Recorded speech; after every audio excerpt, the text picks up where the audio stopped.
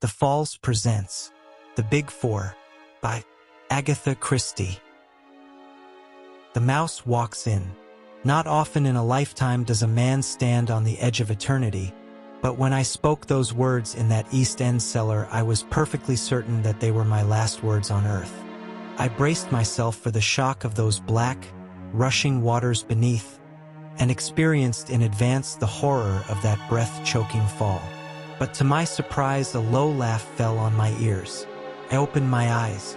Obeying a sign from the man on the divan, my two jailers brought me back to my old seat facing him. "You are a brave man, Captain Hastings," he said. "We of the East appreciate bravery. I may say that I expected you to act as you have done. That brings us to the appointed second act of our little drama. Death for yourself you have faced. Will you face death for another?" "What do you mean?" I asked hoarsely, a horrible fear creeping over me. "Surely you have not forgotten the lady who is in our power, the rose of the garden." I stared at him in dumb agony. "I think, Captain Hastings, that you will write that letter. See, I have a cable form here. The message I shall write on it depends on you, and means life or death for your wife." The sweat broke out on my brow. My tormentor continued, smiling amiably, and speaking with perfect sang-froid. "There, Captain, the pen is ready to your hand. You have only to write. If not, I echoed. "If not, that lady that you love dies, and dies slowly. My master, Li Chong-yen, amuses himself in his spare hours by devising new and ingenious methods of tortures." "My God!" I cried. "You fiend! Not that! You wouldn't do that. Shall I recount to you some of his devices?" Without heeding my cry of protest, his speech flowed on, evenly, serenely, till with a cry of horror I clapped my hands to my ears. "It is enough, I see. Take up the pen and write. You would not dare. Your speech is foolishness, and you know it. Take up the pen and write. If I do, your wife goes free. The cable shall be dispatched immediately. How do I know that you will keep faith with me? I swear it to you on the sacred tombs of my ancestors. Moreover, judge for yourself.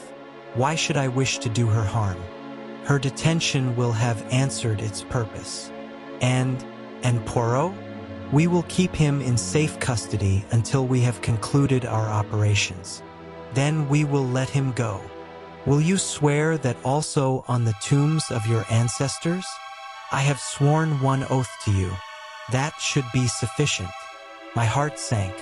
I was betraying my friend to what? For a moment I hesitated. Then the terrible alternative rose like a nightmare before my eyes. Cinderella, in the hands of these Chinese devils, dying by slow torture. A groan rose to my lips. I seized the pen. Perhaps by careful wording of the letter, I could convey a warning, and Poirot would be enabled to avoid the trap. It was the only hope, but even that hope was not to remain. The Chinaman's voice rose, suave and courteous. "Permit me to dictate to you." He paused, consulted a sheaf of notes that lay by his side, and then dictated as follows. "Dear Poirot, I think I'm on the track of number 4. A Chinaman came this afternoon and lured me down here with a bogus message. Luckily, I saw through his little game in time and gave him the slip. Then I turned the tables on him and managed to do a bit of shadowing on my own account. Rather neatly too, I flatter myself. I'm getting a bright young lad to carry this to you. Give him a half-a-crown, will you? That's what I promised him if it was delivered safely. I'm watching the house and daren't leave. I shall wait for you until 6 o'clock, and if you haven't come then, I'll have a try at getting into the house on my own. It's too good a chance to miss, and, of course, the boy mightn't find you. But if he does, get him to bring you down here right away. And cover up those precious mustaches of yours in case anyone's watching out from the house and might recognize you. Yours in haste, Ash. Every word that I wrote plunged me deeper in despair. The thing was diabolically clever. I realized how closely every detail of our life must be known. It was just such an epistle as I might have penned myself. The acknowledgement that the Chinaman who had called that afternoon had endeavored to lure me away discounted any good I might have done by leaving my sign of 4 books. It had been a trap, and I had seen through it. That was what Poirot would think. The time, too, was cleverly planned. Poirot, on receiving the note, would have just time to rush off with his innocent-looking guide. And that he would do so, I knew. My determination to make my way into the house would bring him post-haste. He always displayed a ridiculous distrust of my capacities. He would be convinced that I was running into danger without being equal to the situation, and would rush down to take command of the situation. But there was nothing to be done. I wrote as bidden. My captor took the note from me, read it, then nodded his head approvingly and handed it to one of the silent attendants, who disappeared with it behind one of the silken hangings on the wall which masked a doorway. With a smile, the man opposite to me picked up a cable form and wrote. He handed it to me. It read, "Release the white bird with all dispatch." I gave a sigh of relief. "You will send it at once?" I urged. He smiled and shook his head. "When Hercule Poirot is in my hands, it shall be sent. Not until then." "But you promised." "If this device fails, I may have need of our white bird to persuade you to further efforts." I grew white with anger. "My God, if you—" He waved a long, slim yellow hand. "Be reassured, I do not think it will fail. And the moment Poirot is in our hands, I will keep my oath.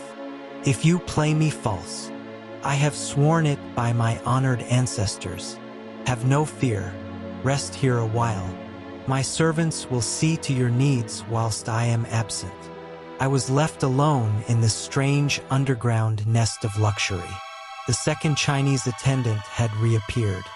One of them brought food and drink and offered it to me, but I waved them aside. I was sick at heart, and then suddenly the master reappeared, tall and stately in his silken robes. He directed operations. By his orders, I was hustled back through the cellar and tunnel into the original house I had entered.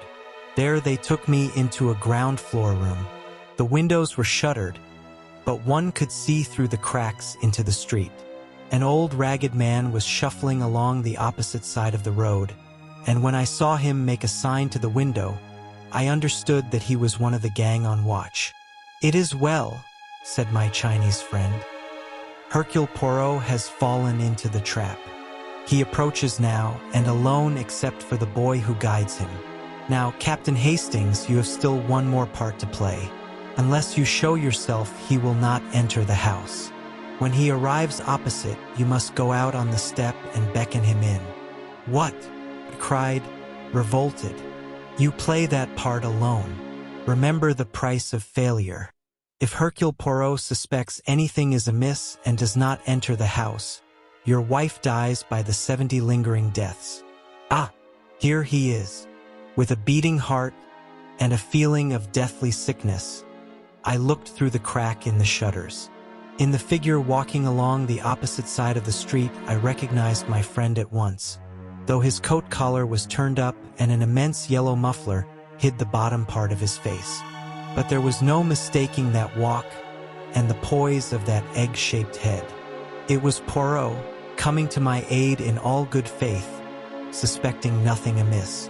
By his side ran a typical London urchin, grimy of face and ragged of apparel.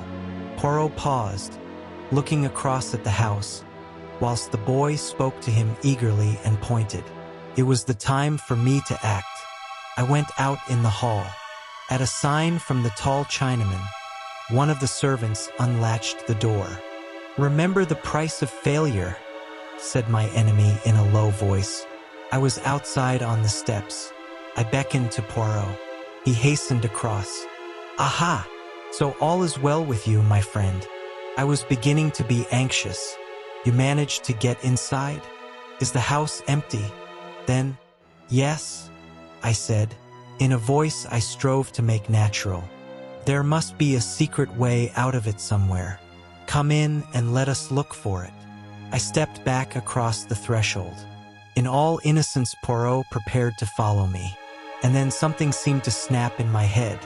I saw only too clearly the part one was playing the part of Judas. Back, Poirot, I cried. Back for your life. It's a trap. Never mind me.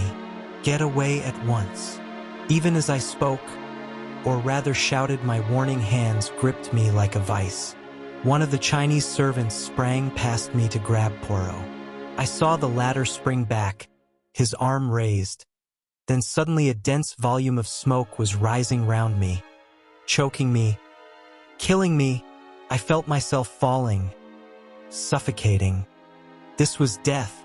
I came to myself slowly and painfully, all my senses dazed. The first thing I saw was Poirot's face. He was sitting opposite me, watching me with an anxious face. He gave a cry of joy when he saw me looking at him. Ah, you revive, you return to yourself. All is well. My friend. My poor friend. Where am I? I said painfully. Where? But chez vous. I looked round me. True enough, I was in the old familiar surroundings. And in the grate were the identical 4 knobs of coal I had carefully spilt there. Poirot had followed my glance. But yes, that was a famous idea of yours, that and the books. See you if they should say to me any time. That friend of yours, that Hastings, he has not the great brain, is it not so? I shall reply to them, you are in error. It was an idea magnificent and superb that occurred to you there. You understood their meaning then? Am I an imbecile? Of course I understood. It gave me just the warning I needed and the time to mature my plans. Somehow or other the Big Four had carried you off. With what object? Clearly not for your beaux yeux. Equally clearly not because they feared you and wanted to get you out of the way.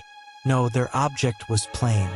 You would be used as a decoy to get the great Hercule Poirot into their clutches.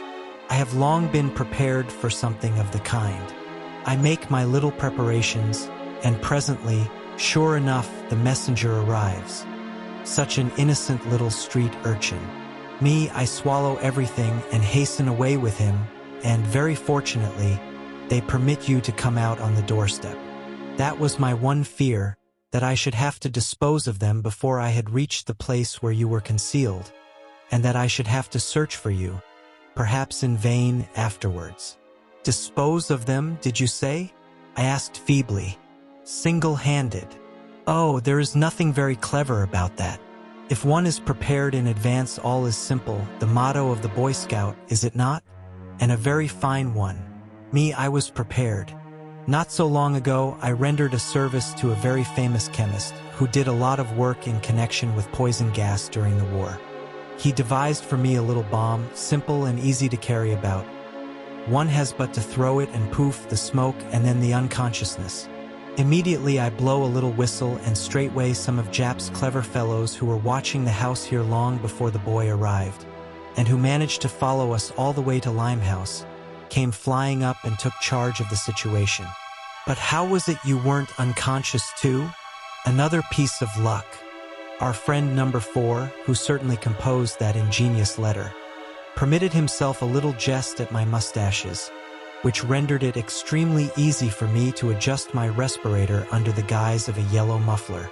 I remember, I cried eagerly, and then with the word remember, all the ghastly horror that I had temporarily forgotten came back to me. Cinderella. I fell back with a groan. I must have lost consciousness again for a minute or two. I awoke to find Poirot forcing some brandy between my lips. What is it, mon ami? But what is it?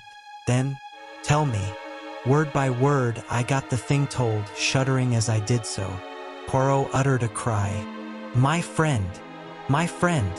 But what you must have suffered, and I who knew nothing of all this. But reassure yourself. All is well. You will find her, you mean? But she is in South America.